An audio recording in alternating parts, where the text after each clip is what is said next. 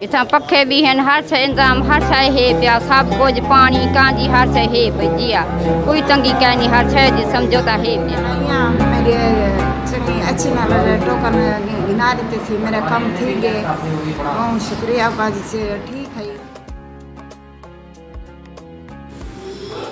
Punjab land authority दा अमला आवाम दी खिदमत वास्ते पेश ज़मीनां दे मुतल्लिक तकरीबन 80% लोगों के कम बहुत ही खुश सलूबी नाल सरअंजाम देना पे, इंतकाल होवे, फर्द होवे या गोशवारा होवे, 5 मिनट के अंदर अंदर एक क्लिक ते आवाम दे सामने होंदे।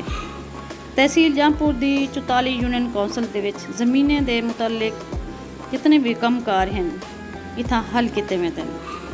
इत्थों दे इंचार्ज सैफुल्ला बहुत ईमानदारी नाल ते बासान सहूलत दे नाल लोगों को इत्थां अपने सर्विसेज देंदे पैन ते उन्हें दा अमला और खसूसन खातून ऑफिसर मिस अनीला जफर खवातीन को खुश इखलाकी नाल पेश आंदे ते उन्हां दा मसला सुनदे ते उन्हें दा मसाइल को हल करेंदे पिछे।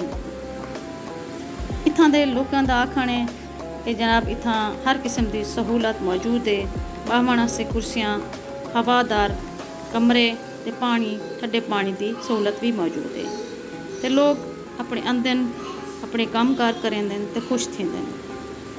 इत्थां लाइन विच लगण की जरूरत नहीं थींदी। बाखलाक अंदाज आवाम की खिदमत करेंदे पिछे। लोगों का आखण है जो पंजाब लैंड अथॉरिटी दे लोग मुहब्बत नाल पेश आंदे ते ज़मीन दे मुतल्लिक जितने भी मसाइल हैं वो हल करेंदे पिछे।